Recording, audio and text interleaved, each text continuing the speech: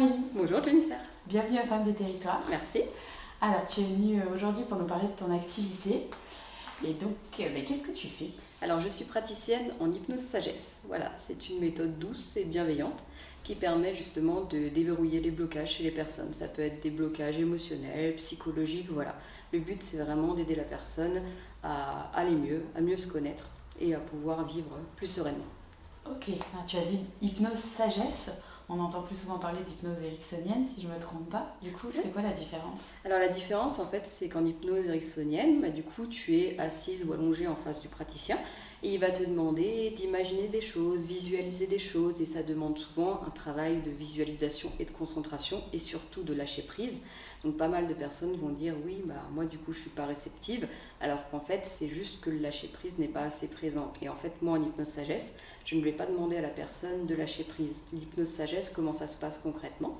C'est d'abord j'ai la personne au téléphone, on prend le temps qu'il faut, ça peut être 5 minutes, comme une demi-heure. On va échanger ensemble, la personne va me dire c'est problématique, et moi suite à ça, je vais créer la séance en fait. J'écris des histoires, et dans ces histoires, j'y mets les messages qui viennent déverrouiller les problématiques dans l'inconscient.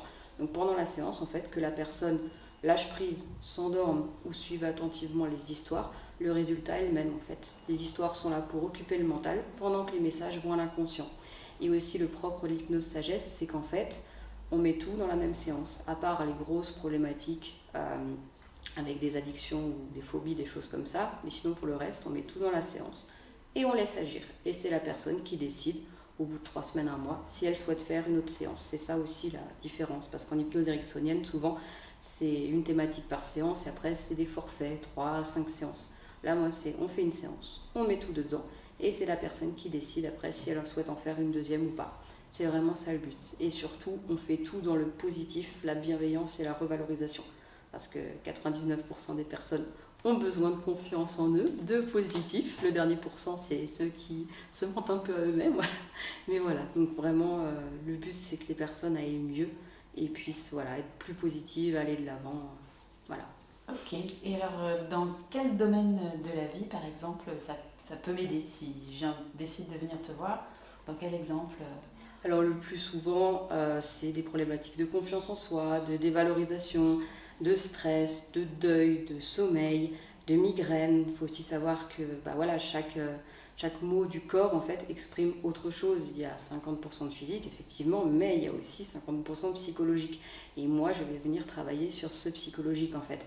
J'ai vraiment de tout. Ça peut être aussi des phobies, ça peut être le tabac, l'alcool, les addictions, ça peut être... C'est très très très varié. Il y en a qui ont peur de conduire, phobie des guêpes, enfin c'est très très vaste.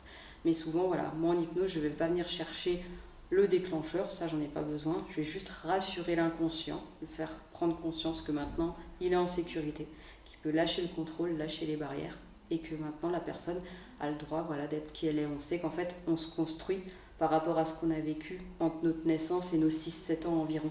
Donc si on a des parents super encourageants, super bienveillants, qui nous disent je suis fière de toi, je t'aime, on va avoir plus de facilité que quelqu'un qui a eu des parents peu communicatifs, peu démonstratifs, ou des parents qui étaient plus sévères. Voilà, ça va créer ce qu'on appelle des blessures émotionnelles.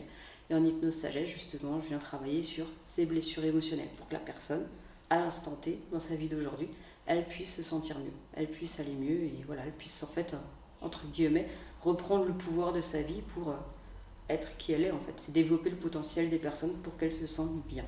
Voilà. Super, un très beau programme en tout cas. Merci. Eh bien, écoute, comment on peut faire pour te trouver? Alors, me trouver, c'est sur Facebook ou Instagram. Voilà, c'est plutôt Facebook, Amélie Hypnose et Coaching. Voilà. Et sinon, la page Google. J'ai aussi une page Google. Voilà, je suis à la Bourgonce.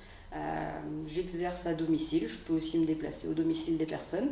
Ou bien, en visio. J'ai aussi des personnes de différents endroits de la France qui m'appellent. Tout est faisable. Voilà, donc les personnes peuvent me contacter par téléphone, par SMS ou en message privé sur Messenger par exemple. Et après, on convient d'un rendez-vous téléphonique, on discute ensemble et elles décident après en présentiel, en visio, selon ce qui les arrange. Voilà. Super, merci beaucoup Amélie. Merci.